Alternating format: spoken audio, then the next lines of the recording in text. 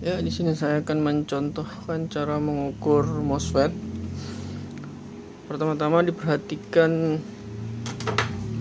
pada avometernya. Nah, ini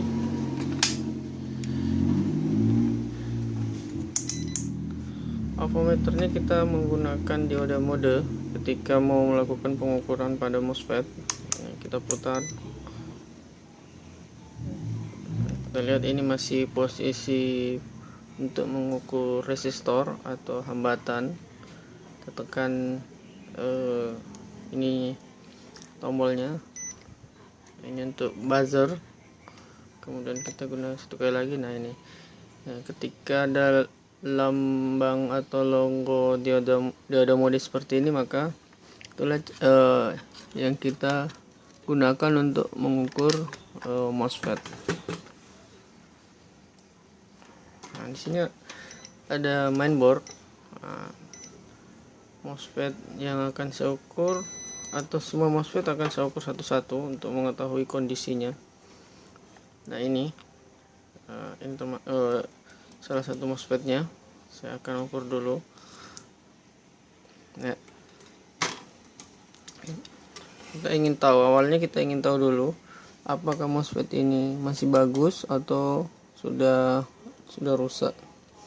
Untuk mengetahui kondisi MOSFET bagus apa enggak, kita tidak perlu memperhatikan posisi probe-nya merah atau hitam. Langsung saja kita arahkan di antara dua sisinya, 23 dan 76.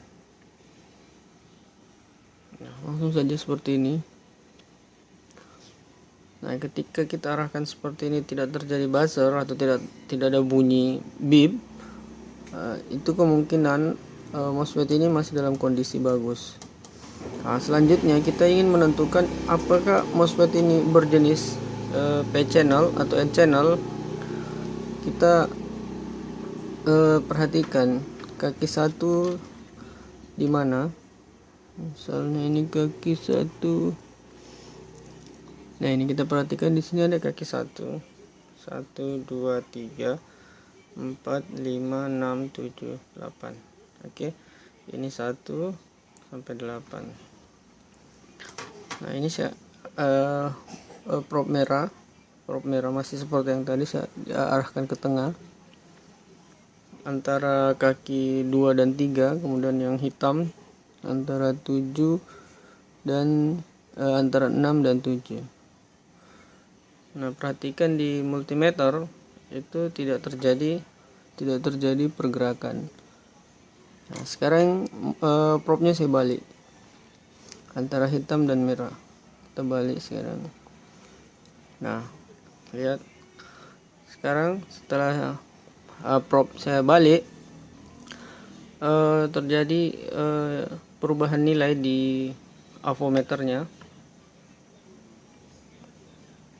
Terjadi perubahan nilai. Nah, ini artinya MOSFET ini adalah berjenis P-channel. Kenapa? Ciri-cirinya, ketika probe hitam saya arahkan di antara 23 dan yang merahnya di antara 67 dan memiliki nilai 0,5 sekian, tapi ini nilai tergantung jenis avometernya. Biasanya ada yang lebih rendah, 0,4, biasanya seperti itu. Berarti MOSFET ini berjenis P-channel dan dalam kondisi masih bagus.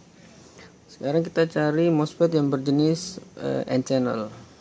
Artinya kebalikan dari MOSFET P-channel tadi. Nah, ini ada MOSFET. Nah, kita ukur dulu yang ini. Kebetulan ada MOSFET juga di sini. Yang ini.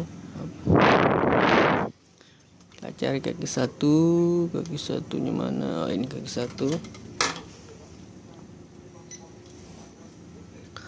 Nah, perhatikan.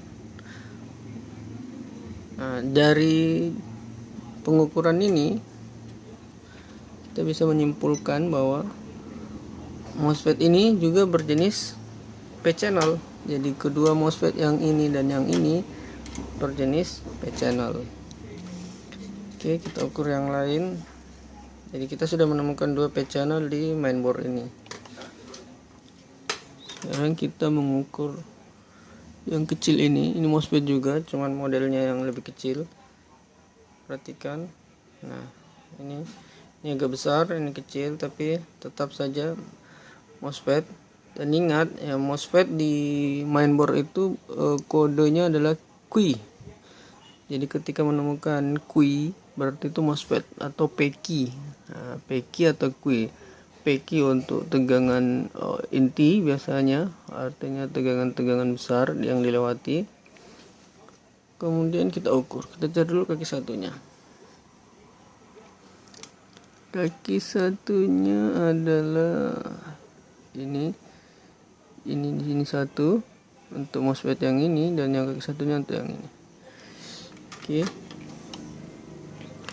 Kita lakukan cara yang sama seperti tadi.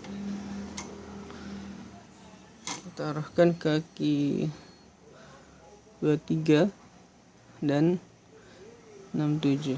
Nah, perhatikan. Nah, di sini tampak perbedaan. Ketika saya mengukur dengan cara yang sama, ini tidak memiliki nilai atau over limit. Beda dengan ketika saya mengukur kaki P channel tadi. Nah, ini sama ini. Oke, saya gambar dulu.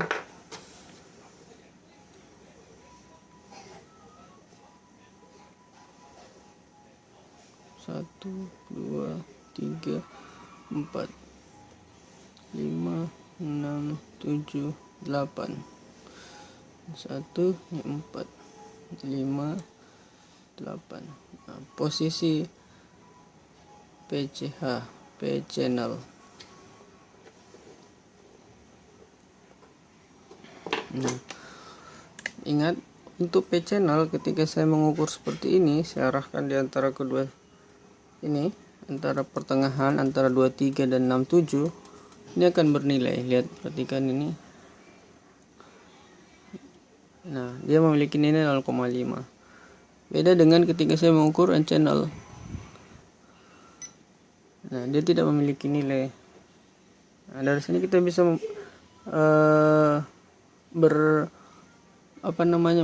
sudah menemukan dua tipe MOSFET yang berbeda. Yang satu N channel, yang ini N channel.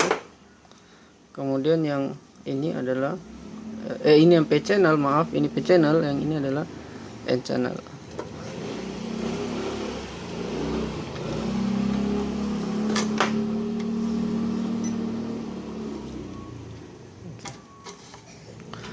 Nah, ciri lain atau ciri-ciri lain untuk menentukan N channel dan P channel adalah N channel biasanya, atau bukan biasanya, hampir 90% itu selalu berdampingan. Nah, perhatikan. Ketika N channel nih selalu memiliki pasangan, ada upper dan ada lower, ada bagian atas, ada bagian bawah. Nah, kita perhatikan yang lain. Nah, ini. Jadi ini bisa dipastikan bahwa ini adalah MOSFET N channel. Dia selalu berpasangan. Beda dengan P channel tadi. Dia sendiri. Ini sendiri. Tidak memiliki pasangan. Oke, itu bisa dijadikan ciri-ciri untuk menentukan apakah ini MOSFET N channel atau P channel.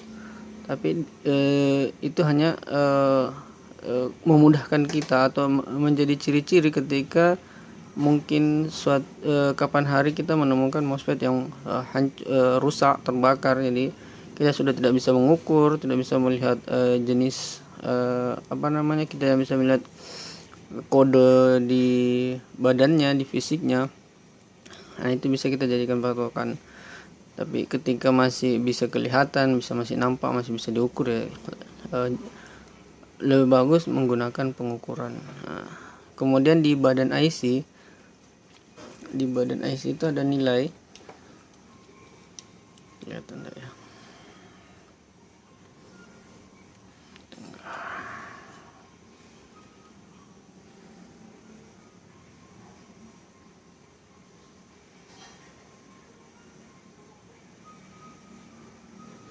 Nah itu kelihatan enggak? Kelihatan ya, 4407.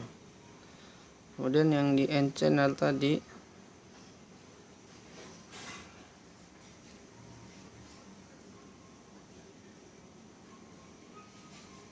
7410. Nah itu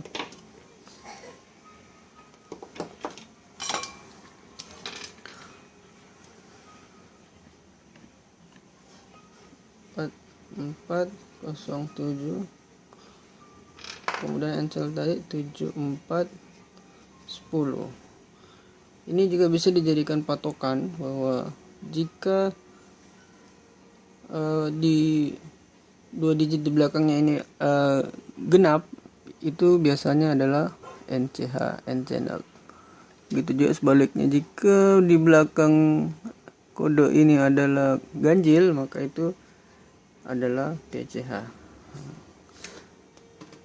Cara yang paling ampuh atau yang paling bisa dipercaya adalah dengan cara mengukur.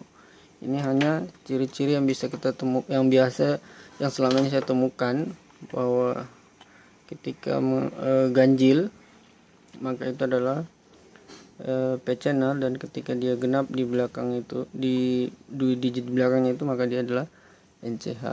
Jadi itu dijadikan pelajaran saja. Yang paling inti adalah melakukan pengukuran seperti yang kita lakukan tadi. Oke. Oke. Ini belum bagaimana ketika mengetahui kondisi MOSFET rusak. Ini saya kebetulan ada masuk servisan, saya ukur yang bagian MOSFET-nya, salah satu bagian MOSFET-nya.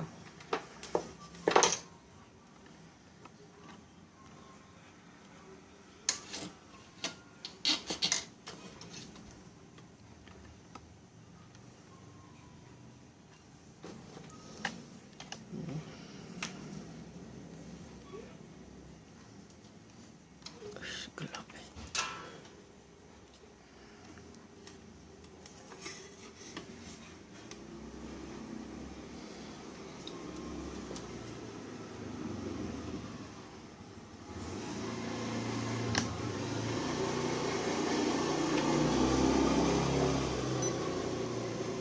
Nah, lihat, ketika saya melakukan pengukuran seperti ini, maka avometer akan buzzer atau akan berbunyi.